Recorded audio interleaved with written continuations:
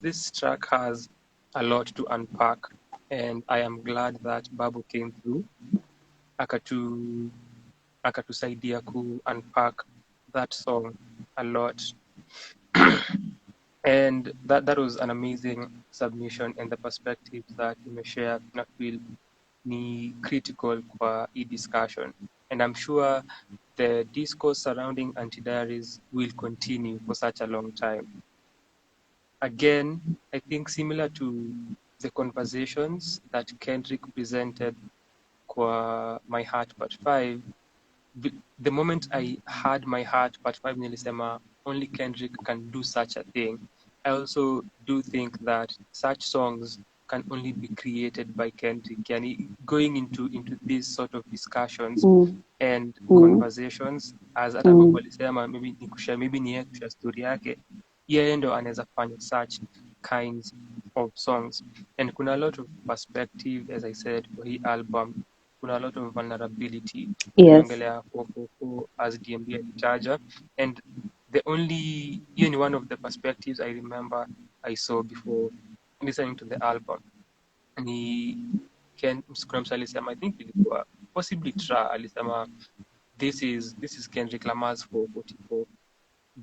That coming of age album, personal, vulnerable, messy, very murky, dealing with a lot of trauma and personal issues, points of conflict within yourself, a lot of that. Kama ni relationships, the same thing. And there is a lot of that, and only so cause nilikuwa nafikiria peers wake kina Drake, kina J. Cole, ama mates wake from TDE, they could never. They cannot do this. I know I'm not a fan anymore, but I know they could never. That's the same thing, but they could never. They literally can never. So there is that. JK anaishia. JK, I thought we stole you from capitalism. Ndugu, I didn't. Even my love for you can't do this. No. JK, thank you so much for joining us. JK bills. Easy conversation. Thank you so much for joining us. We really appreciate it. Yes, asante sana JK. Amesema great. I'll be sure to do that. And with that, good vibes to you all. Got to bail. I have work later on today at daybreak again. Fruitful conversation we've had here. Thank you, JK, for joining and for following us. Asante sana for your input too. DMB anakuchocha, anasema Babu, uko sawa ku review music. Your breakdown is very different from Sanaa, which brings a different perspective away from the art. And if DMB, if ungekuwa hapa kwa our conversations on MWE, which nakwambia you should check out, iko hapa on IG, iko pia on YouTube. No, DMB, ameni hype. Can you just let me have the moment? You're rushing this. I'm trying to sit in the moment. Why are you rushing this? Why are you rushing this? Where are you going to? I thought we are defunding capitalism. Not from DMB though. I thought umezoea compliment. Not from DMB though. Yeah. JK anasema I work for myself. Please. You work for yourself within a capitalistic system. JK, by all means, go secure that bag. Go secure that bag. We bless you. For today, we bless you. We bless that journey. The bag. It's always about the bag. Yeah. Bye, Sarah. Hey, okay. Watu wako na tu mashughuli. Sisi ndio tuna form Babu. Sisi hatuna life. Which is a very good thing.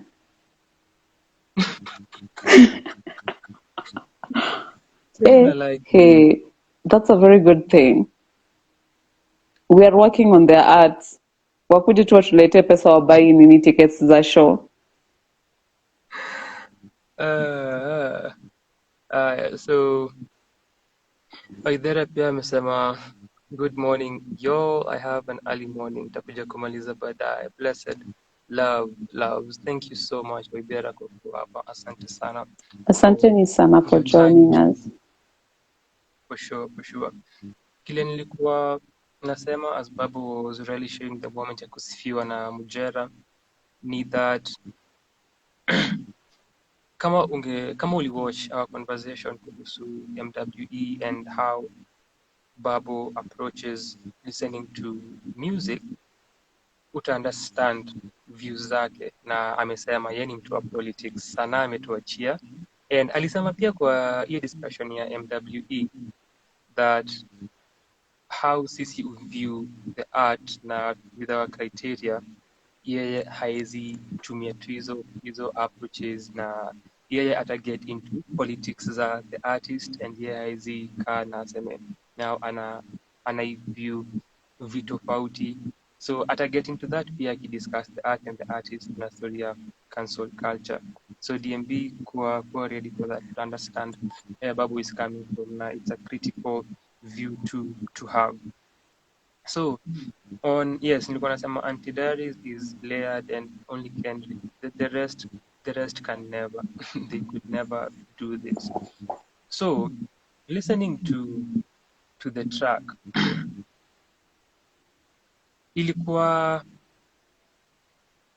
ilikuwa interesting to get to understand, kusikia this story. We've never had this story from Kendrick or his previous song. And also we've not known a lot of sides za Kendrick on these albums zile ameshare before. The other albums zimekuwa na different perspectives and different views and different stories.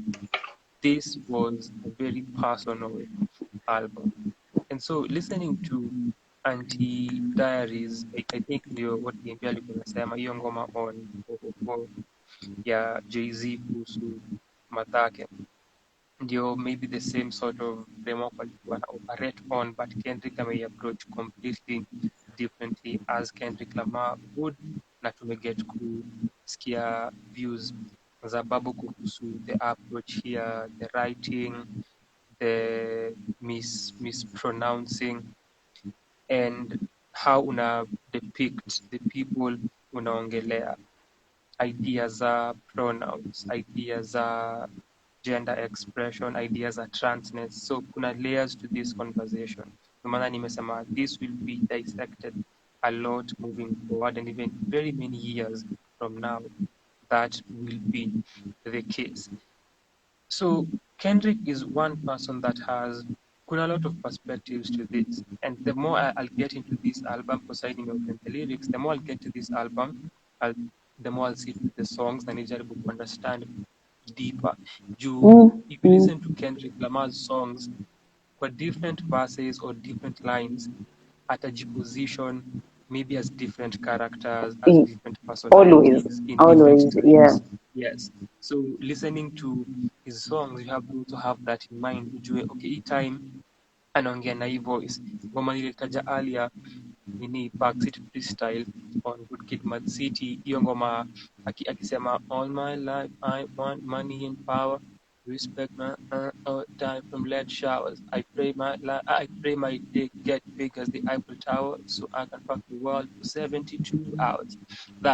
That song for your album ni Kendrick going back to his mentality akiwa 16, 17. If you listen to Fear on Dam, I remember I once broke this down nikashare na DMV, I think tukiwa na Neo Fear, that on Fear Kendrick anaongea na 3 perspectives. Verse 1 ni yeye akiwa 7 years old, verse 2 akiwa 17. So verse 1 madhake anamwambia usikuje kwa nyumba with your sneakers dirty, I'll beat you if you still sitting here lazily. Verse 2 ni yeye akiwa 17 and fear za kukufa because ameva the wrong color, fear za kukufa kwa a house by the corner jamenunua weed, and hizi ni za teenagers and getting into gang na crime, ama happening to fall victim of a situation. It happens na black men in America. Then verse 2, the last verse, anaongea akiwa 27 na ameget to this age, anafikiria kuhusu career yake, anafikiria kuhusu pesa and getting rich and getting wealthy, and refer to Rihanna because I think kulikuwa na amani situation, and anasema I would want to know how the bad girl felt when she checked her account kulikuwa na an issue na money, and then another layer was the next song I think ilikuwa Loyalty featuring Rihanna, or the song before ama somewhere before for the album. So kuna these different perspectives that ana share. So nikisikiza this song nilikuwa nafikiria hivyo, sijui if juu part of me now na feel ni kama alikuwa ana try, or the intention ni taking us back to perspective zake akiwa young, and Babu alitaja, and then again kuna the now, so kuna this past and kuna the now, and nilikuwa nafikiria Babu alisema that Kendrick akona the capacity, so sijui how this goes juu I'm thinking, so if I know better now, then I will give people the respect they deserve and use the pronouns that they want and use their names currently. And then kuna hii perspective ya, so I was young, I did not know better, na sikuwa najua kile ina happen. So how do I juxtapose these two, and how do I go about presenting easy views then and easy views now? And if I title this Uncle Diaries, what happens? If I title this Uncle Diaries and then keep the content as is, does it change? If I keep this Auntie Diaries and change the verses, does it change? So kuna number of things that nimefikiria going through listening to your submissions, and the more I listen to it pia get deeper into that. Kitu nilinotice ni kwa the first verses alikuwa anatumia the F slur ama alikuwa anatumia fagot, hatukuisema tena IG sijui, but this will be censored on YouTube. The video might be broken down actually.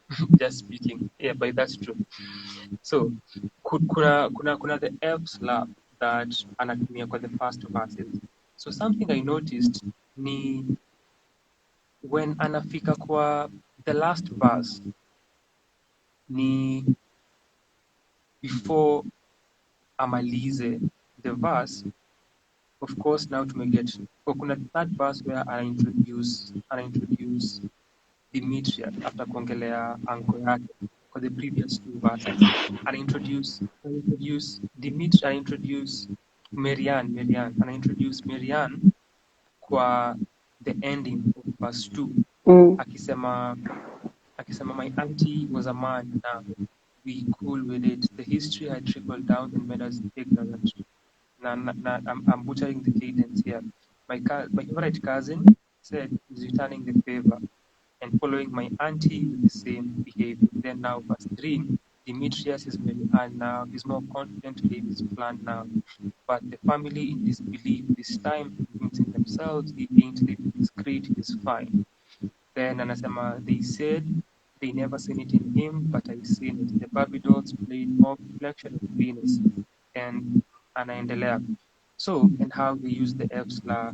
You didn't laugh as hard when the kids started joking. F, you didn't know no better. Middle school kids, no filter. However, I had to be very mindful of my good cousin. I knew exactly who he was, but I still loved him. So listening to this, now this is him taking us back to middle school and how we were to read. And he's maybe there as then, yeah, viewing Demetrius, viewing Marianne as Demetrius then, even though nilikuwa na feel. But again, for the same verse, that's a different verse actually. For the following verse, the previous verse, the previous verse 2 was, I think I'm old enough to understand now, ikihusu anko yake. For Marianne, it comes kwa yeye kujua, akisema but I still loved him. And then kwa the fourth verse, akiongelea remember church, Easter Sunday, and bringing in the religious institutes. And we do know, you and I know, how bigoted Christianity is and religions are.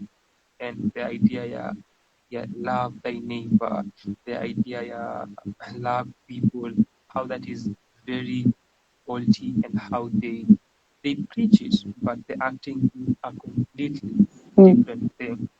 And the world and this country is an example of violence that they do. speaks for itself. So kile nilikuwa nasema nikimaliza ni the fourth verse.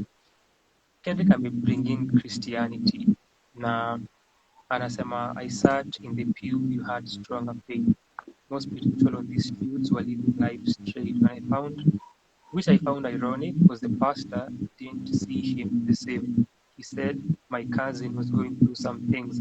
So up until this point, now this is back in the day, and Mary Ann as Demetrius as compared to Mary Ann being Mary Ann who's now Jonathan. This is what, even though ilikuwa kwa hiyo situation, viewing my cousin as a he, then anasema, he said my cousin was going through some things. He promised the world we're living in was an act of abomination, and Demetrius was to blame.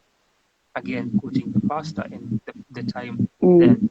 I knew he was conflicted by the feelings of preacher man, wondered if God still called you a decent man, still found you found the courage to be subservient just to anoint, until he singled you out to prove his point, saying, Demetrius is Marianne now, church is auntie, is a man now. It hurt you the most. It hurt you the most because your belief was close to his words, forcing me to stand now. I said, Mr. Preacher Man, should we love thy neighbor? The laws of the land or the heart, what's greater? I love that line. The laws of the land or the heart, what's greater? I recognize the study she was taught since birth. So now kuna she, but that doesn't justify the feeling that my cousin deserved. The building was thinking out loud, bad angel. That's when you looked at me and smiled, said thank you. The day I chose humanity over religion, the family got closer. It was all forgiven. I said them F-bombs. I ain't know any better. Mistakenly, I ain't think that you know any different. See, I was taught words was nothing more than a sound, if ever there was pronounced without any intentions. The very second you challenged the shit I was kicking reminded me about a show I did out in the city. That time I brought a fan on stage to rap, but disproved the word that you couldn't say with me. You said, Kendrick, ain't no room for contradiction to truly understand love. Switch position. F, F, F, we can say it together, but only if you let a white girl say nigga. That is the fourth and final verse on Auntie Diaries. My point was, when Kendrick now to me switch to the last verse and reflect on this situation of a church and the pastor saying your cousin has a problem, and obviously Shasema, this is a religious institution, this is a religious figure, and kuna hiyo bigotry in religion, something unafaa kufoster love na respect na dignity, and that's what Kendrick is doing here, and it's something that hata unintentionally hata kajifanya hivyo, we know this happens in churches. Now what I was saying, as this is happening and kuna this moment ya Kendrick who put the pastor on the spot kumuuliza swali kama tufai kupenda thy neighbor and the laws of the land of the heart can be greater. What happens ni akisema after the family we get closer and alikuwa forgiven, I observed the change in perspective. To now hasemi the word anymore as compared to earlier akijipresent as his younger self. Now anasema I said them F-bombs. So for me that ilikuwa signify that transition kutoka from place alikuwa and now anasema I said them F-bombs as compared to earlier verses akitupeleka back to middle school and the like. And now, so possibly, I don't know if Babu, you know the story, but when I heard it, I just stopped the song because it gave me, so kuna a lot of things happening. One, ulisema very well that your FFF and you can say it together. There's a way ulieka together with saying the L word, kusema nigga, and what that represents and the implications. So for me, the first time nilisikia, it took me back to that show, and I actually had missed your reference to the show. Bambi is actually the one who told me about the show. I didn't know about the show. Bambi is the one who told me about the show. So mimi hata before sasa ndo alimention nikisikia siku I must have missed that, but nilisikia kuzo wake anamwambia Ken hakuna contradiction, and hiyo nini ya you can ati nini we can say it together. And for me ni as kile tu ulisema ni you won't let white people say the N-word. And so also similarly, see, because the cousin I'm put in a position, I'm just and I make Kendrick realize that this us allowing you to say this word can't happen. You don't understand the history behind it, and this being a slur and an anti-gay slur. And so the cousin bringing that perspective towards the end and challenging even Kendrick Lamar alifanya and leaving the track at that point was also a smart thing to do. Yes. Because it makes us think about kile Very. ulisema. Okay, so hatuwezi allow watu waseme nigga na white people waseme nigga, kuna a history. Okay, na si ati wakisema tukiwallow ati it's right. Hapana. Similarly, huwezi sema the F slur hata kama tuko loud na pia imaanishi ni right. Kuna a history behind it. So Yeah. cousin saying that and putting Kendrick on the spot and Kendrick telling the story in this way was smart. And I paused the song, I think, and then I immediately remembered that show because I know about the show. And your show when Kendrick was performing in April of May of 2018, and I gonna perform Mad City from Good Kid, Mad City. And if you listen to that song in Akwanga, 10 when you're down, nigga, this my city, run my nigga, and it's nigga after every nigga, and Ali perform and Ali bring this white girl on stage who said nigga. It caused chaos. It caused chaos for your show now on the internet because I say because Kendrick have proposed the music akawambia no wezi sema hiyo word But he also set up that woman because the song you say nigga the most is the one you brought the white woman on for. That's a setup.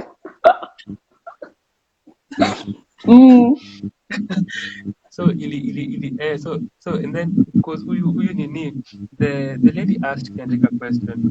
Let me quote that for you. So after that happened, because crowd really react. The crowd reacted, then Kendrick akamwambia, you have to leave one single word. And because part of the arguments after that happened was Kendrick only stopped because people reacted, but otherwise, Would have continued. which also speaks about power, power ya words, something that also thought about with Ionia, the F slang or the previous that alifunzwa words, sounds, bila intentions, kitu hiyo. Yeah. Then she appeared not to realize why she had been stopped and asked, am I not cool enough for you, bro? I remember I saw this clip on YouTube. Then the crowd started booing on hearing the woman saying the racial slur.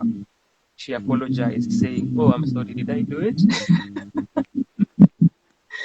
Kendrick then asked the audience if she could be given another try, and despite many shouting no, Kendrick allowed her a second chance at the song. His thing with second chances.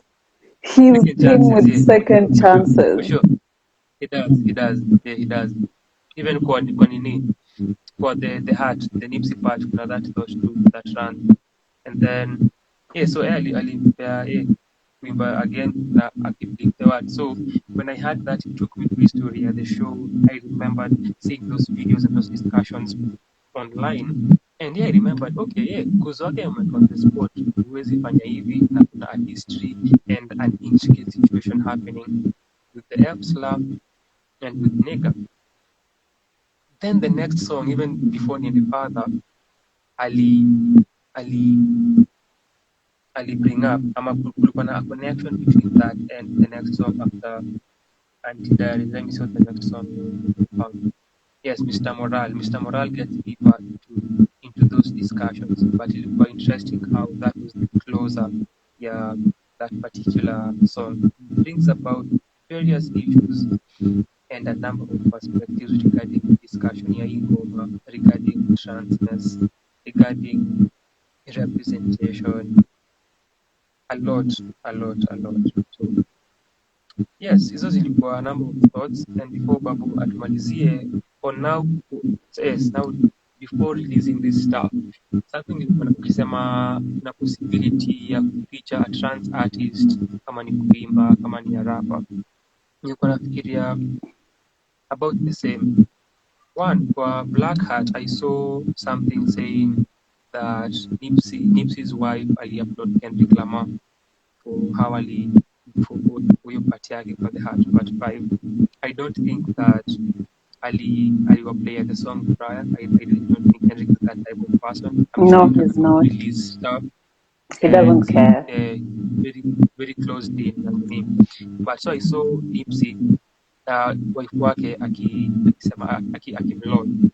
Now for this song nilikuwa nafikiria, did he play the song for the cousin and for the uncle, Did he or even have a he conversation also with them? listening to it here, or Did he even have a conversation with them and yes, get their consent to blast their lives like that?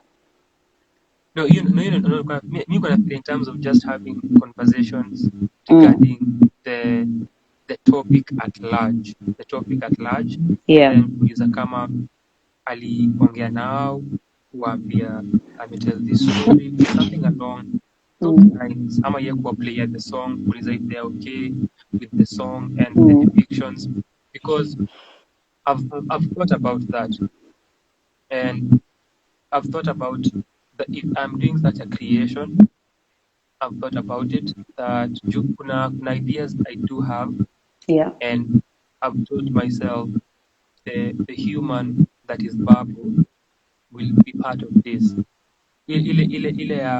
Before this goes out, this is something critical. I need you, here, and we have a discussion around everything regarding this piece of work before itoke. So sijui if that happened, but nilifikiria, and then how wife wa Nipsey alimpiga for what alifanya for the Heart. I do not know how this one has gone with the family. Uli mention kuna an interview amefanya. Did you mention something of the sort? No, what has been there are just like snippets of things. Like you see the way artists have creative processes and all that. It's just been snippets of things, and nothing has come officially from Lamar. It's been fan bases and the way they always have their PR playing around with fan bases. So a fan will be releasing something, or yeah. Oh. Yeah. Okay. Unajua akifanya interview itakuwa kitu itaulizwa sana. So